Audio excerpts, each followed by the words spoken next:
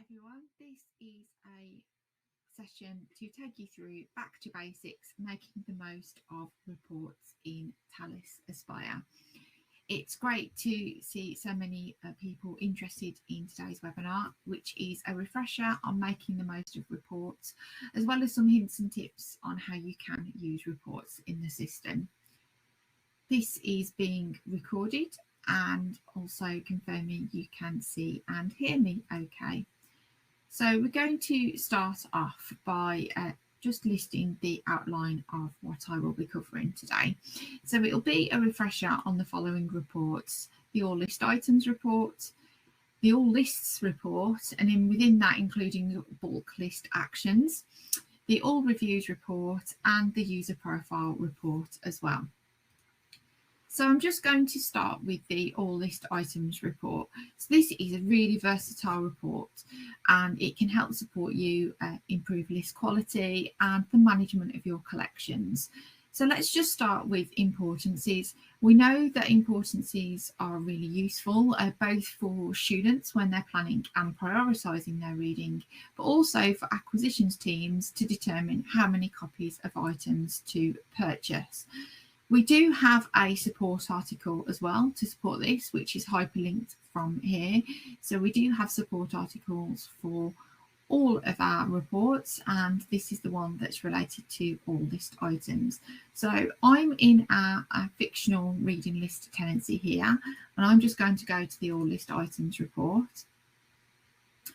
And I'm actually going to filter here by no importance.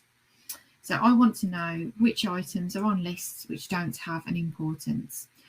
I can filter by date range. So we've just got date range here. So you could do it by time period. So you could look at all the lists, for example, in an academic year that don't have items with an importance, or perhaps just in the last week because it's the recent ones that have been added. For this demonstration, I'm going to go from the start of this month, which is the 1st of March. So if I apply the filters there, I can see that there's 24 items that have been added to reading lists since the 1st of March, which don't have an importance. If I scroll down, it'll tell me those items, what list they're on, and who added them as well, and when. If I want to get any further details, I can select this export to CSV file, and that will give me all of the details and a lot more besides that I could then drill into using CSV and Excel filters. Another example could be to filter by resource type. So I'm just going to clear those filters now, and then on resource type, I'm actually going to look specifically at chapters. And what I want to know in this one is, are there chapters that have been added that don't have a digitisation? So chapters that have digitisation empty. We have quite a lot of test data, and it may be that yourselves have got a lot of historic data if you've had Talis Aspire for some time. So I'm actually going to narrow this down to our time periods, 21-22, and apply the filters here. So this tells me the 122 chapters that are on lists which don't have digitisations. So that could prompt a workflow to request digitisations and follow that workflow through, be that through Talis Aspire copyright clearance or the DCS. Another filter that can be quite useful on this report, which is, we've had some recent filters added last year, is on notes. So we do know that notes added for students can be really useful for students to identify their learning and look at their items and really know what their academic is guiding them. So I could filter to note for student is not empty. And again, I could refine that further by looking at a specific time period. I'm just going to put a couple in here because again, we haven't got masses of data. So I've got 3 years worth of lists there, so not empty and note for students. So we will be able to see here which items have notes in for students. Likewise, I will just clear those filters again. We can look at Note for Library. So it can really be as a communication tool. So it may be that you want to prioritise acquisitions or take a look at those items first if academics have left notes on them. So I am going to set this for the current time period, which is 21-22, and Note for Library is not empty. And then this will highlight the 158 items which actually have a note for the library on. So if I just go on to this first one here, and we'll be able to see the item here. And then if I go into view list, when I'm in edit mode, I believe the item was on. So we can just see here, it is a different example, but you can see here where there's the icon of the library, and it shows how we have got notes here for the library to be highlighted for a particular workflow or reason. With reports, there are many different filters and options that you can do. If you ever find that there's some data or a combination of filters of things that you really want to get the answers to for particular data that you want, do raise a ticket with us, because it may be through this report or a combination of them you would be able to identify them by gathering the information from the system and using through the CSV files. If there is a report that you find is particularly useful, so I'll just say, for example, not in library catalogue, which are books and chapters that have an essential importance. Again, I can refine that to my time period as well, because we've got quite a bit of data here. So I want to know which books and chapters have been bookmarked as essential or core. There's different examples and terms used, but that aren't in the library catalogue, because Talis Aspire is linked to your library catalogue. So that can really give me a head start in terms of acquisitions or looking at, resourcing those items.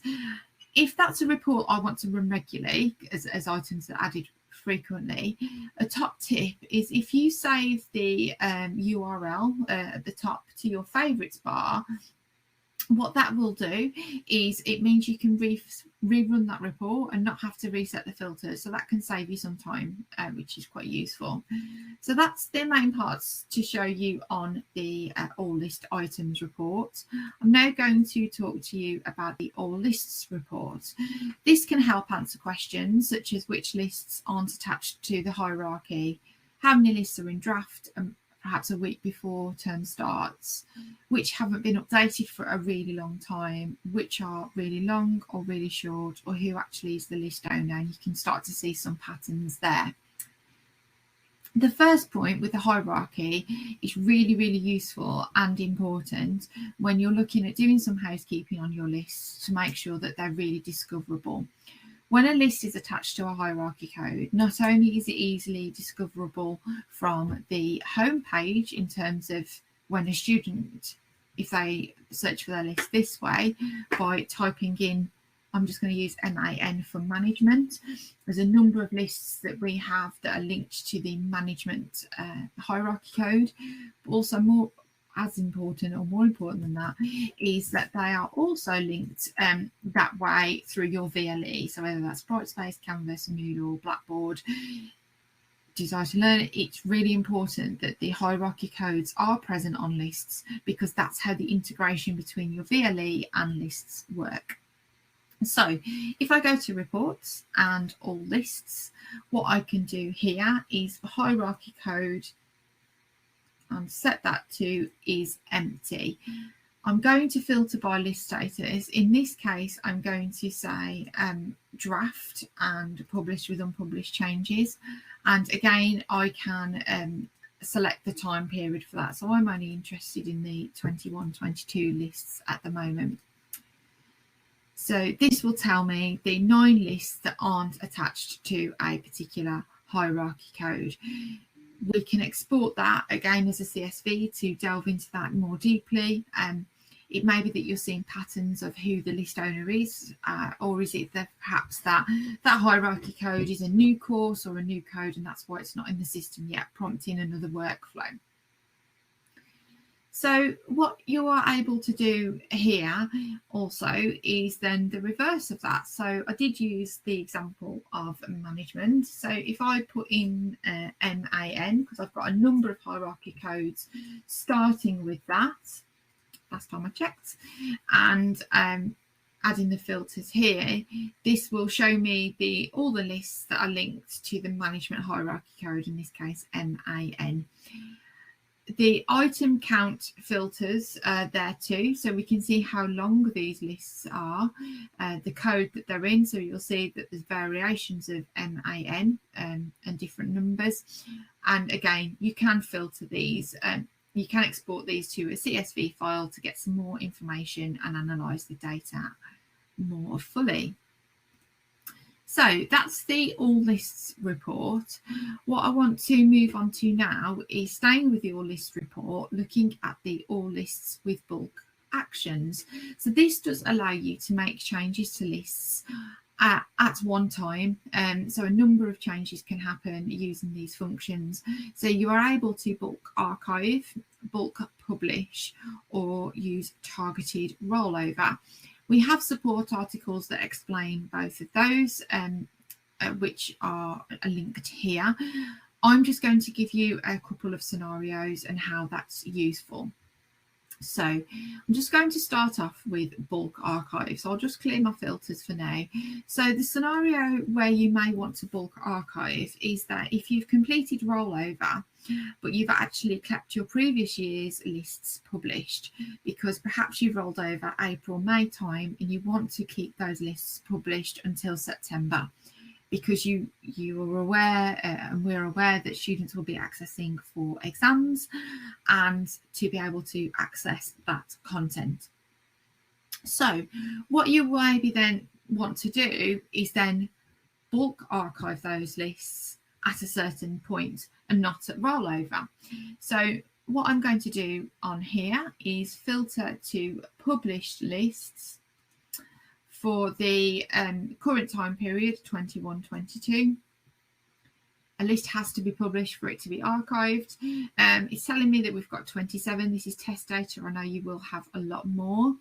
I can select up to 25 here, or I can select all items, so the 27 there. And then this actions menu here, just move it over, you are then able to archive them at this point here. That happens in the background. You can still use lists, you can still, access and edit lists and access reports as well.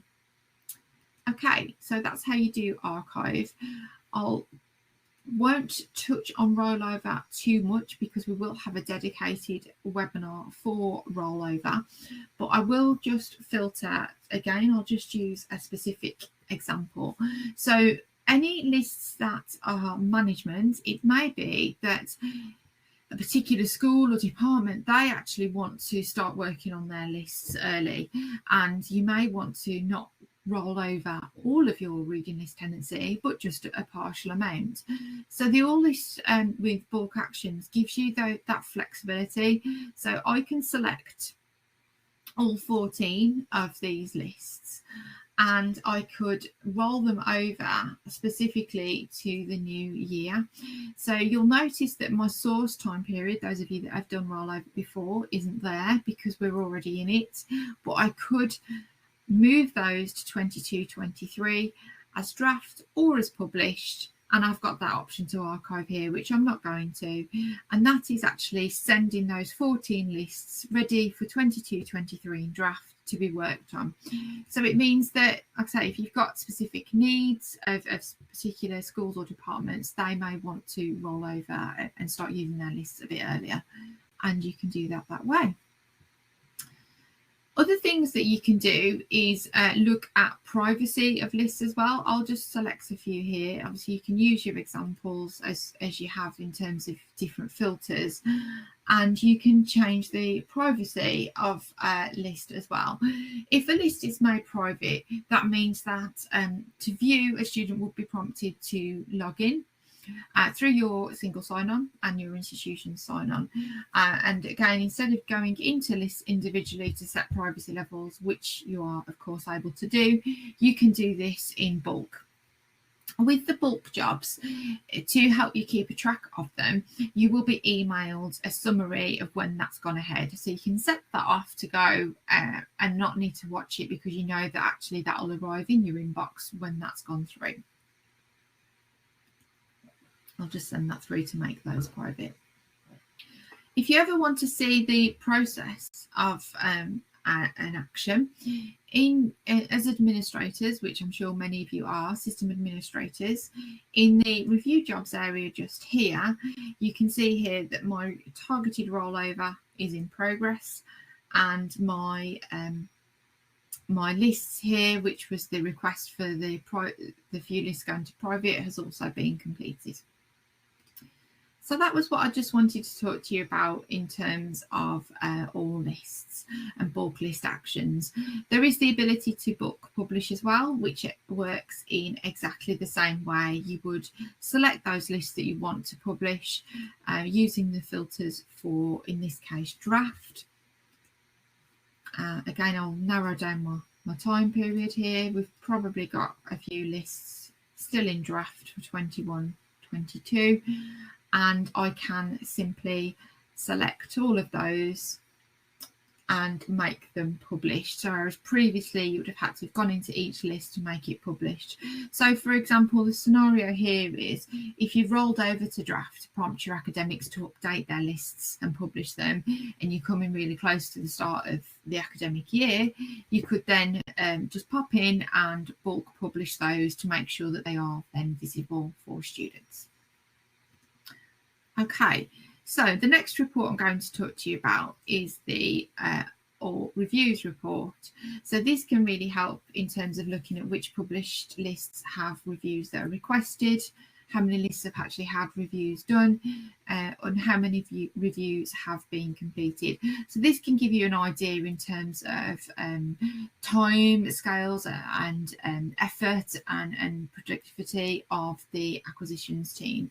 So if I just go to the reports again and go to all reviews, again this is test data, but I may want to look at what, oops, my filter's there. Go on to published lists which have a review requested. It will also tell you when that review was requested and who by as well. So as I say, you can see that there are a few older ones here. We can refine that as well. So we could make that an earlier date. So there's been a review that's been requested since last August. And we can pop those through there. So there's one of my colleague David's there as well. You are able to get information on reviews from the reviews interface directly. This is simply giving you the information of how many reviews have been completed or requested at that time across the tenancy. The reviews function allows you to export a review in total where you can see the outcomes. Okay, so I'm now going to talk to you about the all user profile report. This can be really useful for you to see how adoption has grown, how many registered list publishers or users do you have, how many academics or students have created profiles, which is great to know in terms of student engagement and academic engagement, and how that perhaps has increased year on year as well.